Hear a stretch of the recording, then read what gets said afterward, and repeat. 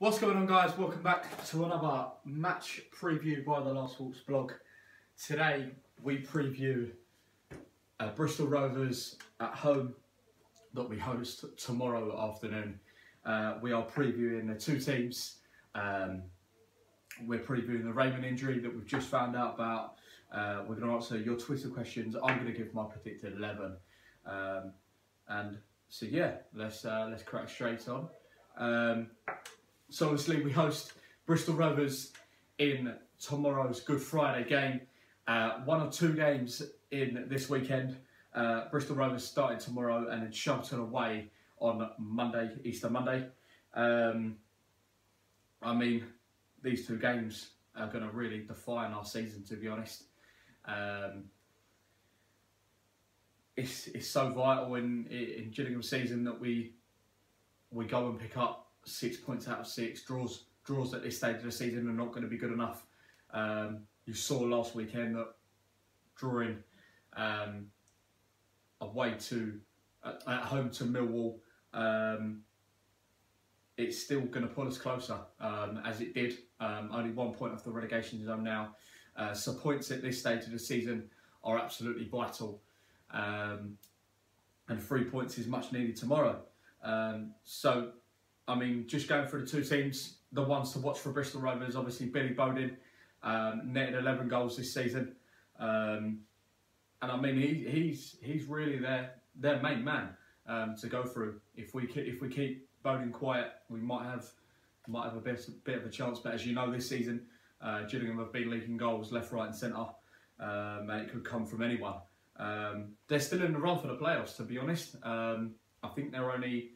I don't think they're too far off it, but a win for Gills this weekend could well spell the end for their playoff hopes. So they are having something to play for. They're coming here and they're certainly not gonna sit off the Gills. They're gonna make life really hard. And I mean, Gills have got to be right on it. Pennant was saying in his press conference this morning that we've got to be right out the blocks. There's no good one or two people being carried. Everyone needs to be up for the fight. And his words, well, we are at war. I mean, this season, the only war that we've been with is with ourselves, because the mistakes and the goals that we conceded have come through our silly errors. So if anyone's going to cost Gillingham a game, it's going to be us, really, to be honest. Then he touched on Zesh Raymond. We found out this morning that he's out for the Easter weekend, which is a massive blow. We've got no left back because we haven't got a left back in the first team, should I say. Deji's now going to probably have to move across, unless he goes with a back three again and goes Deji, Amar and Jackson. But it depends who he plays in those wing back positions. I mean, could he well play Harry Cornick in one role, in the maybe the right wing back role? He gets up and down, to be fair to him. He's got a bit of energy, so maybe that might be worth looking into. I certainly wouldn't want Ollie Muldoon out there. But yeah, Zesh Raymond's out for the Easter weekend, so Pennett's going to have to do reshuffling again. I'm going to go through my predicted 11 that I would like to see later on in the preview. Then he touched on Noel and Bow. Said that he recognises that Noel has been banging in the goals, left, right, and centre at the youth team. 20+ goal this season for Noel and Bow. But he also did say that he has got Conan McDonald, Rory Donnelly, Joe Quigley, and Josh Parker all chomping at the bit. So, to be honest, reading between the lines, I don't think we're going to see Noel and Bow in the Gillingham first team shirt this season, because it sounds like the strike force that I've just mentioned, Pennett's probably going to go with for the remainder of the season, when there's been about 10 goals between them. So I don't really get that, but it's up to him. Then he mentioned about Chris Hurd, said that he's close to returning to full fitness. Full fitness being probably about 60 minutes out, Chris Hurd, but said he's returning to full fitness. So maybe could Chris Hurd come back into centre half in place of Zesh Raymond? I would prefer that. I know he's not being at his best, Chris Hurd, and as Reece described him quite funnily on a podcast, a whale. Doesn't look fit, but I would probably rather play Chris Hurd in there and keep him to 4 at the back rather than going back to a 3. But we'll wait and see. Ryan Jackson did the weekly column with Kent Online this week. Mentioned that he felt he had a good game against Millwall. Felt that he's getting back to his best and his full fitness. Frustrated with conceding goals. Me and Josh had quite a discussion on the podcast at the weekend. Right or wrongly, whoever you followers agree with, but I mean, Josh is right to a certain extent. I would like to see. I think we will both like to see, me and Josh both like to see just a little bit more from Ryan Jackson.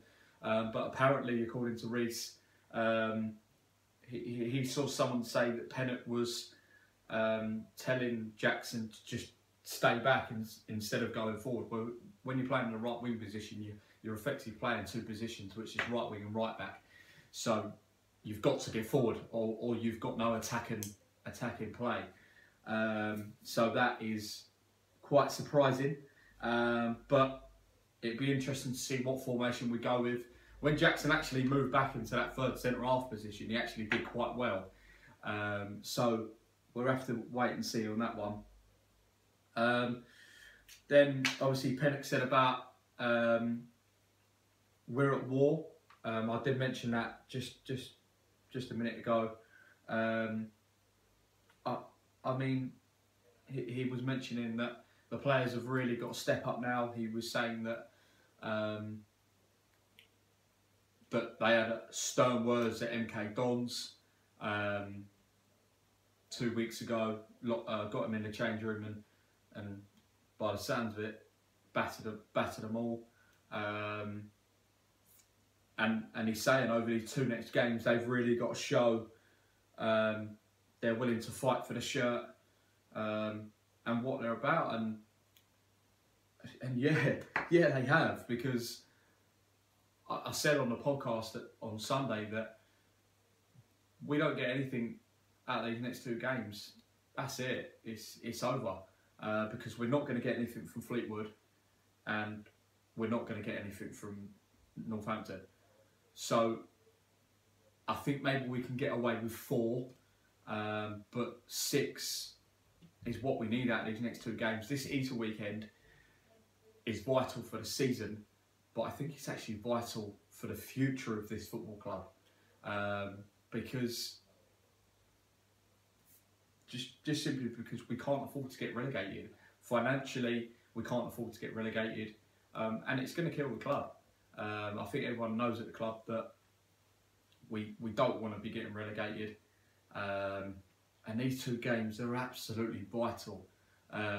What gave me a little bit of hope, it might have been the occasion, but what gave me a little bit of hope was that they really did show that fight and courage last weekend against Millwall, and looked like they were up for the fight. People were saying that might well be the occasion. Might well have been.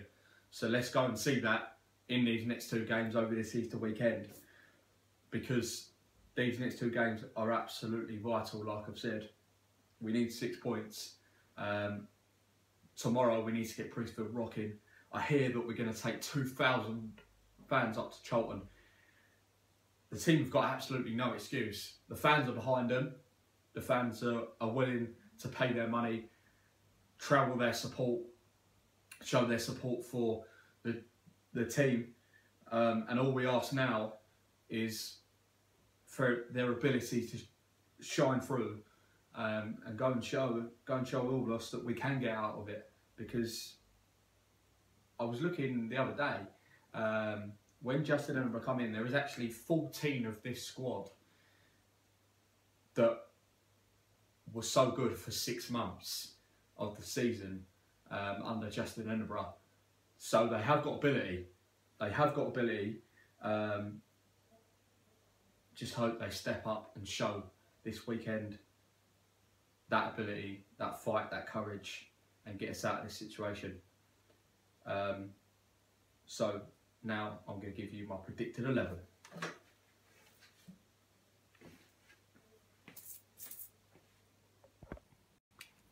Right, this is my predicted 11 for Saturday. I'm going to go with Stuart Nelson in goal. Stuart Nelson. It won't be Stuart Nelson. I don't know why I've gone with Stuart Nelson. I hope it's Stuart Nelson. No, I'm joking. So I'm going to go with Holy. It won't be Stuart Nelson. Going to go with Holy in goal. Then I'm going to go with a back three. I don't like a back three, but I think it will be a back three. I'm going to go with Ryan Jackson, Deji,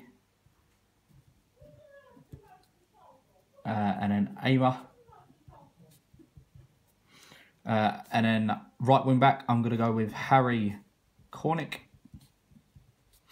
Left wing back, Lee Martin. And then a midfield three of Josh Wright, Mark Byrne.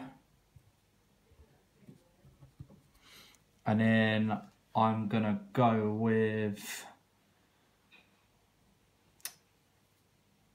Emmanuel Osadebe. I mean, yeah, he comes under a bit of criticism from the Jules fans, but he gives us a bit of energy, a bit of height in that midfield as well, and something a little bit different from Wright and Byrne. And then a front two of Cody McDonald and Josh Parker. I think Parker deserves his chance, to be honest. I know that he's obviously come under some criticism from Gills fans as well. But Quigley, yeah, I know Quigley scored last weekend, but for me, he didn't offer enough. Parker gives us that something a little bit different, holds the ball up as well, works hard with McDonald, and maybe can put some pressure for the Bristol Rovers defenders to think about as well. So, yeah, my predicted 11 is going to be Thomas Holy in goal, Jackson, Deji and Aimer as a back three, Cornick and Martin as wing backs, Wright, Byrne, Osadebe as a midfield three, and then Conan McDonald and Josh Parker to lead the line. Right, now guys, we're going to answer your Twitter questions that you've sent in. So thank you very much for sending those in. We're going to start off with Lee Clifton. He says, would you stick with the back three or change it now Zesh Raymond is out? I would probably stick with the back three, just because I don't really want to put Chris Hurd in. Doesn't look fit enough for me, and we need players right on the ball over these next two games, and we can't be pulling anyone about. Exactly like Pennick said, that everyone needs to be right on the ball, and I think that yes, I would stick with the back three. Like I said in my predicted 11, Jackson's done okay when he's gone back in there. Deji and Aimer had all right games last weekend. So yes, Lee, I would stick with the back three. I hope that also answers Italian Gilles' question as well, which was pretty much the same question. So those two are tied in together. Then Lewis Hart asked, do you think we should play 4-4-2? Yes, Lewis, I think we should. We've said on many a podcast that 4-4-2 probably is the way forward, with Raymond in the team. Unfortunately, now he's injured, so that means that at 4-4-2 probably is out the window. But I think personally we should play it loose, yeah. Then Daniel Harvey asked, at War says the manager, will the players look up for the fight? They should do, Daniel, shouldn't they, really? I mean, no excuses this weekend. We're at home and we're taking 2,000 people to Cheltenham. So the players have got no excuse. They've got to be real up for this fight, because this is the weekend. This is the weekend that makes or breaks Gillingham season. So I bloody well hope they're up for it. Matt D asked, do you see us going to a back three? Again, it ties back in with Lee and Natalia and Jill's questions. Yes, do, Matt. I think we will go back to the back, or stick with the back three, should I say. I mean, it looks okay at the weekend, and to be honest, we haven't really got a centre half who's fit and ready to go in there. Really, people could argue that we could go with Mitchell Dickinson, but as vital as this game is, and Charlton on Monday, do we really want to be throwing Mitchell in there? Darren Charlton asked, are we done if we don't beat Bristol Rovers? Yes, I think we are. I think we need a win tomorrow. Just simple fact is that even if we go and lose at Charlton on Monday, that's only even if we go and beat Charlton Monday, that's only 3 points out of a possible 6. I can't see us getting anything from Fleetwood and Northampton, so that's 3 points out of the next 4 games. That's probably not going to keep us up, Darren. So yes, I think we are done if we don't beat Rovers tomorrow. Lewis Howard asked, who do you think should play at centre back with Max Amer? I wouldn't put Chris Hurd in there because I don't think he's fit enough. I wouldn't put Mitchell Dickinson there because I don't think he's quite ready for the situation. So I would put Deji and Ryan Jackson next to him. Carl Pont asked, how many points realistically do you see us getting, and how many minimum do we need? Realistically, Kyle, I can see us getting 4 for the remainder of the season. How many do we need to stay up? Probably 6. We need to win 2 games out of the next 4. But I think we're probably just going to fall short, Carl, to be honest. I think we're going to get 4. Might not fall short. Other teams might do us a favour. But realistically, I think we're going to get 4. I think we need 6. Sam asked, who feels as a creator of the team with no Bradley Dack? This is a tough one, Sam, because do we go gunning for goals and just go at teams, or do we go for a more protected route? Because I would probably see creative in midfield. I mean, if we're going to go down a protected route and protect that back three, probably go with Jake Hessenthaler in that midfield to replace Dak with Burnham Wright. I'd love to see Oldacre in there, to be honest. As I think Sam, to be honest, I think I would see him as the creator, but he's not going to get anywhere near this team. Maybe Osadable with his energy. I know a lot of people have criticised him, but he gives us that different dimension. Gives us that energy, runs with the ball, not afraid to try new things. So could be him, but I'd love to see Oldacre, to be honest. That's my personal opinion. I'd love to see Oldacre in that team. I think that would be a really strong midfield with Oldacre, Burnham, Wright. But unfortunately, the manager just doesn't fancy him.